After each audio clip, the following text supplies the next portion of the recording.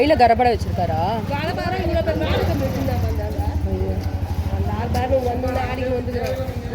தண்ணி சாப்பிட்ருக்காரா? அந்த போயிட்ட போஸ்ட் கம்பிட்ட மூந்து கைப்பட்டு சாக்காச்சு மூந்து வாதி செத்து போயிட்டாங்க. காலுக்கு ஒரு 40 வயசு மேலே இருக்கும். அவர் வண்டி வீழ்ந்து ஜாப்பில் அப்படியே ஒரு மாதிரி ஆகிடுச்சு. அவன் அடிக்கணும் கொழுப்பு தானே.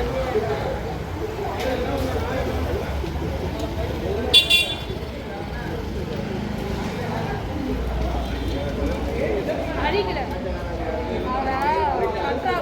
அவர் ஓடுறாரு. ஜாக்கெட் ஜாக்கெட் ஓடுற மாதிரி ஓடணும். இப்போதான் ஒரு ஆடெல்லாம் பிடிக்க போனாங்க. பிரியமானவர்களுக்கு இன்றைய பதிவு. இன்றைக்கி பார்த்தீங்கன்னா ஒரு 3லேருந்து 4 மணி இருக்கும். அப்போது எங்கள் ஆஃபீஸ் பக்கத்தில் ஒரு பெரிய இன்சிடென்ட் நடந்தது. ஒரு நார்த் இந்தியன் பர்சன் வந்து ரோட்டில் சுற்றிட்டு இருந்திருக்காரு. திடீர்னு ஒரே சவுண்டுன்னு சொல்லிட்டு வெளியில் வந்து பார்க்கும்போது பார்த்தீங்கன்னா அவரை பிடிச்சி வச்சுருந்தாங்க. என்ன பிடிச்சி வச்சுருக்காங்கன்னு கேட்கும்போது அவர் சொன்னார், அவங்க இருக்கவங்க சொன்னாங்க, இது மாதிரி 2 வீலர்லாம் வரும்போது கையில் கடபாரை வச்சுட்டு நடுவில் விட்டார். ஒரு 45 வயது மதிக்கத்தக்க இருப்பார். நான் பார்த்தேன். ஆக்சுவலாக ஃபஸ்ட்டு அவர் தான் கத்திகிட்டு இருந்தார்.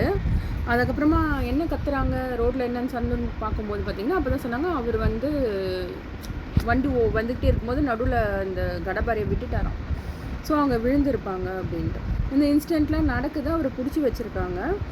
அப்புறமா போலீஸ்க்கும் நம்ம இன்ஃபார்ம் பண்ணாங்க, அங்கே இருக்கிற சோஷியல் ஒர்க்கர்ஸை. அந்த இன்ஃபார்ம் பண்ணிவிட்டு போலீஸும் வந்தாங்க. அவருக்கு நல்ல ட்ரெஸ்ஸு, வேஷ்டி, சட்டெல்லாம் வாங்கி கொடுத்து, அவருக்கு தண்ணி கொடுத்து, ஆம்புலன்ஸ் வர வச்சு ஃபஸ்ட் எய்ட் பார்த்து, அவர் வந்து என்னென்னா முரட்டுத்தனமாக பிஹேவ் பண்ணிகிட்டு இருந்தார். இந்த பக்கம் அந்த பக்கம் விழுந்துட்டு இருந்தார். காதுலலாம் ரத்தம் வந்துட்டு இருந்தது. ஸோ அவங்களுக்கு ஒரு ப்ராப்பராக ஃபஸ்ட் எய்ட் பண்ணி நம்ம தமிழக காவல்துறைக்கு ரொம்ப நன்றி சொல்வோம். இந்த டைமில் ரொம்ப ஹெல்ப்ஃபுல்லாக இருந்தாங்க. நல்ல அந்த ஆளை நல்லா ட்ரீட் பண்ணி தண்ணி கொடுத்து எதாவது சாப்பிட கொடுத்து அவங்களுக்கு நல்லபடியாக வழி அமைச்சாங்க.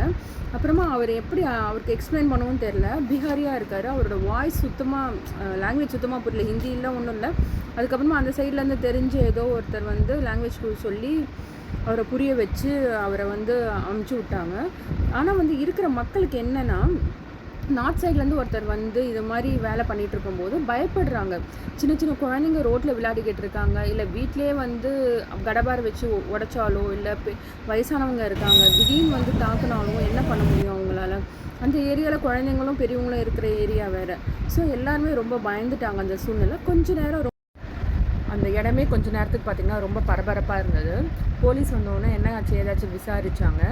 ஒருத்தர் நார்த் இந்தியன், ஸோ வந்து அவன் சொல்கிறது தப்பாக இருக்கும் அப்படின்னு நினைக்காம அவர்கிட்ட கூப்பிட்டு அவருக்கு புரிய வச்சு அங்கே வந்து என்ன நடந்ததுன்னு கேட்டாங்க. அவர் ஆக்ட் பண்ணிலாம் காமிச்சார். என்னை இப்படி தான் நான் வந்து ரோட்டில் படுத்துட்டு இருந்தேன், ஸோ அதுக்கப்புறமா தான் என்னை பிடிச்சி வச்சாங்க அப்படிலாம் ஆக்ட் பண்ணிலாம் காமிச்சார். இந்த டைமில் கரெக்டாக நடந்துக்கிட்ட நம்ம காவல்துறை அதிகாரிகள் எல்லாருக்குமே ரொம்ப நன்றி. வணக்கம்.